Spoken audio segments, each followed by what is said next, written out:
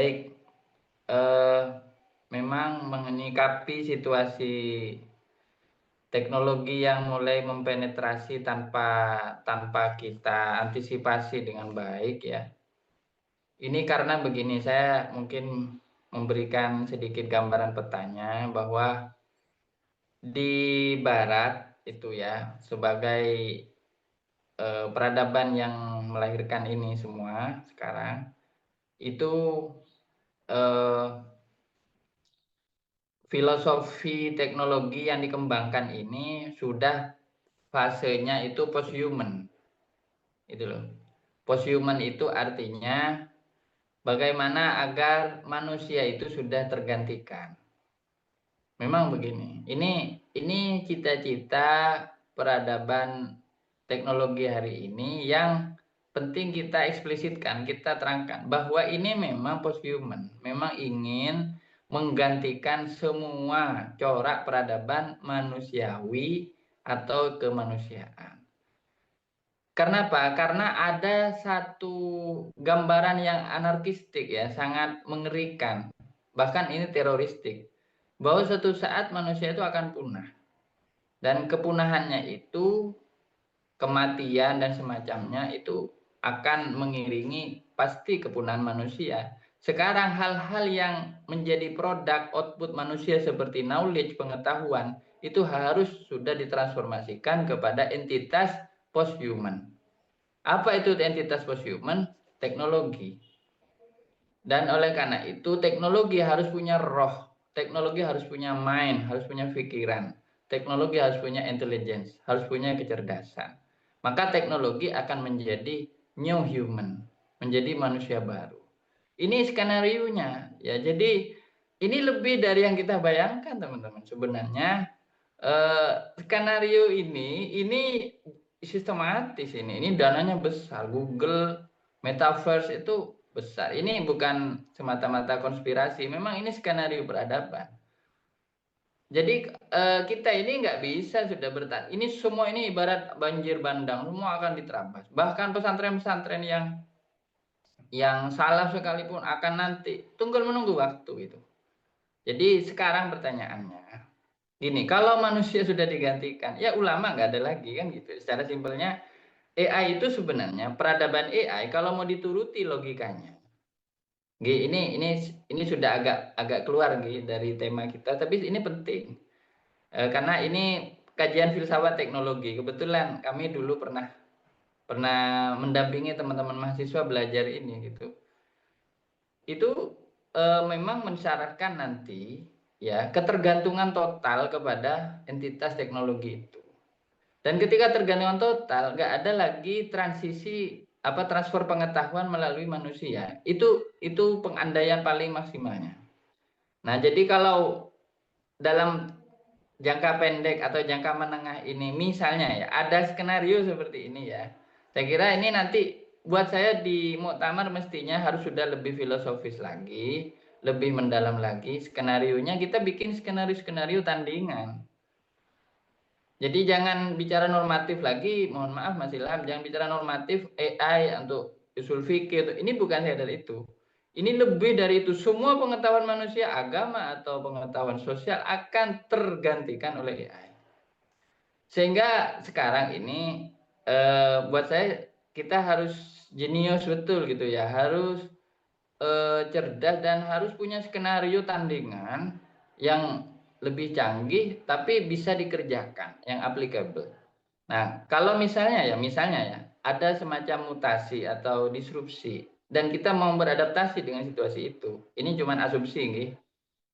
Misalnya, dalam masalah pengetahuan kita belajar sama AI, tapi kalau soal akhlak belajar sama ulama misalnya. Oke, kita seperti tadi ya, transformasi pengetahuan itu kita memanfaatkan teknologi tanpa meninggalkan karakter apa yang menjadi kekhasan pondok pesantren. Itu kan secara tidak langsung mengatakan bahwa sebenarnya ulama tidak lagi menjadi referensi atau peran keulamaan sudah sepenuhnya ada di tangan AI misalnya. Ini buat saya juga ibaratnya belum tentu mampu meredam efek negatif dari AI. Jadi buat saya sebenarnya sekarang ini mungkin kalau saya sebagai anak muda NU yang mungkin ada di masa transisi ya, saya di peradaban buku, peradaban digital masuk semua sampai ke AI. Saya ada di fase semua itu, mulai dari saya baca kitab yang pakai kertas, bahkan masih pakai manuskrip mungkin, sampai sekarang sudah nggak ada kertas misalnya. Kita mungkin bisa berefleksi begini, bahwa kita tetap harus mengkonsep ulang ulama itu, agar ulama itu hadir dalam kehidupan seorang manusia ya, tidak sepenuhnya tergantikan oleh AI, sehingga AI itu tetap hanya sebagai database saja, sebagai kumpulan ensiklopedia, bukan sebagai satu-satunya referensi keilmuan. Nah, karena gini, ini satu langkah lagi, kalau AI itu menjadi referensi keilmuan, tinggal satu langkah lagi dia akan menjadi referensi nilai. Kalau sudah nilai, maka siapa yang eh, bisa memberikan input nilai, maka dia akan diikuti. Dan itu sudah terjadi sekarang. Misalnya AI ngajari ini, ikut orang gitu. Jadi buat saya sebenarnya knowledge and value itu nggak bisa dipisahkan. Dan itu ada di dalam sosok ulama. Nah, problemnya hari ini, kalau ulama didetikan dengan kiai yang punya pendidikan segini-gini, ya semakin sulit cari ulama seperti itu. Makanya mungkin transformasinya itu adalah, pertama kita harus mendefinisikan ulang siapakah itu ahlul ilmi, siapakah itu muallim. Kemudian ulama itu siapa? Al-alim itu siapa? Dan definisikan juga siapakah itu muta'alim. Perlu ada teks yang kontemporer dari Adabul Alim wal Muta'alim di era AI ini.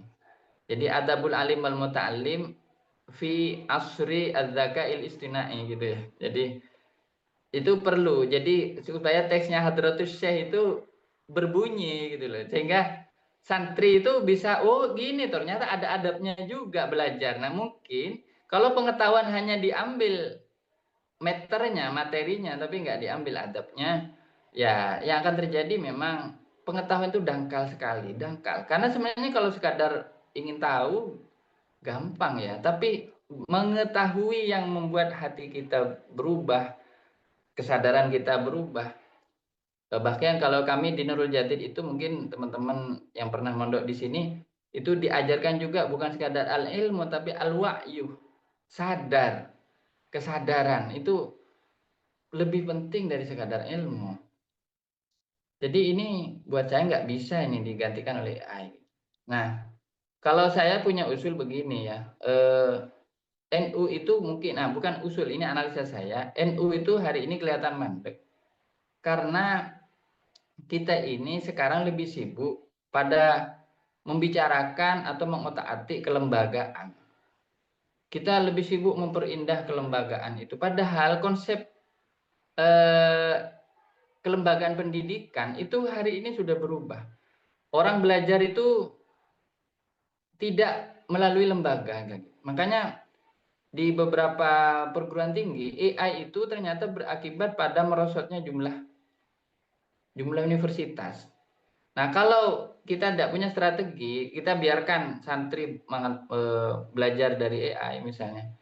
Saya kira nanti akan muncul celetukan misalnya, kalau gitu nggak perlu ngaji lagi, sudah tinggal yang penting punya AI, bisa nanti ngaji dari rumah. Nah, sekarang aja dengan ngaji online aja, minat orang untuk datang ke pesantren aja sudah menurun, apalagi nanti ada AI gitu. Nah, kalau saya usul kita punya skenario tandingan itu, kita bikin gerakan ngaji buat saya. Jadi buat saya gerakan ngaji, misalnya dari lingkup yang paling kecil 2-3 orang itu digalakkan. NU bikin program yang serius gerakan ngaji. Contoh kecil misalnya kita ngaji kitab Safinatun Najah atau Sulamut Taufik aja di masyarakat itu banyak yang nggak tahu sudah sekarang. Jadi gerakan ngaji, kemudian kita juga memformat ulang muallim, kiai dan ulama, cetak ulama sebanyak-banyaknya. Jadi produksi ulama itu penting, karena kalau pendidikan NU ini tidak memproduksi ulama, dia akan digantikan oleh AI. Jadi buat saya sih, sekarang pertanyaannya, bisa nggak mempercepat produksi ulama?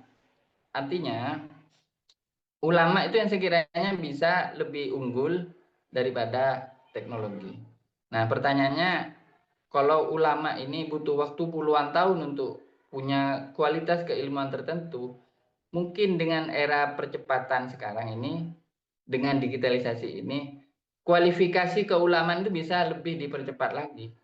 Sehingga dia sudah bisa mengajarkan ilmu agama meski mungkin dia tidak tua gitu loh. Nah, saya kira ada dua usulan saya, itu gerakan ngaji ya, dan akselerasi keulamaan. Mungkin kalau bahasa saya akselerasi keulamaan. Karena ini yang akan menjadi tantangan ini. Sekaligus juga ini didukung oleh para arsitek teknologi di NU sendiri yang mungkin mulai berpikir bagaimana kita melampaui kelembagaan itu. Saya kira nanti perguruan tinggi semua akan ditransformasi oleh AI ya. Apalagi pesantren ya. Pesantren, perguruan tinggi. Kalau kita masih terfokus kepada inovasi kelembagaan saja, tidak pada inovasi agensi keilmuannya dan materi keilmuannya, kita akan kalah sama AI. Prediksi saya begitu, Mas Ilham. Kita ini selama ini masih sibuk pada perbaikan kelembagaan, bukan pada matter of knowledge-nya, materi pengetahuannya, dan juga agensi pengetahuannya. Nah, AI itu menangnya di dua itu. Dia punya punya materi pengetahuan, dan mungkin tinggal menunggu waktu, nanti ada AI usul fikih itu insya Allah ada, saya yakin. Mungkin yang buat bisa dari kalangan kita ya. Tapi nanti yang mengolah datanya kan metaverse, yang mengolah datanya mereka. Lagi-lagi kita hanya jadi ibaratnya dilampaui lagi kan gitu. Begitu juga penting juga memikirkan agensi pendidikannya. Inti dari pendidikan itu kan dua cuma. Alim dan muta'alim. Mu'alim dan muta'alim. Thalibul ilmi dan ahlul ilmi. Itu kalau mau pakai skema yang paling dasar. Dan bisakah itu dipertahankan di era sekarang tanpa kita terjerat di dalam skema-skema yang buat saya destruktif ya, merusak kehidupan itu. Karena di barat hari ini sudah terjadi, AI itu membuat kelas-kelas di berbagai perguruan tinggi itu juga menurun drastis peminatnya. Gitu. Ini sudah alarm bagi kita, alarm ya, mungkin. Ini gitu dulu sementara, mungkin bisa dilanjutkan. Mohon maaf. Assalamualaikum warahmatullahi wabarakatuh.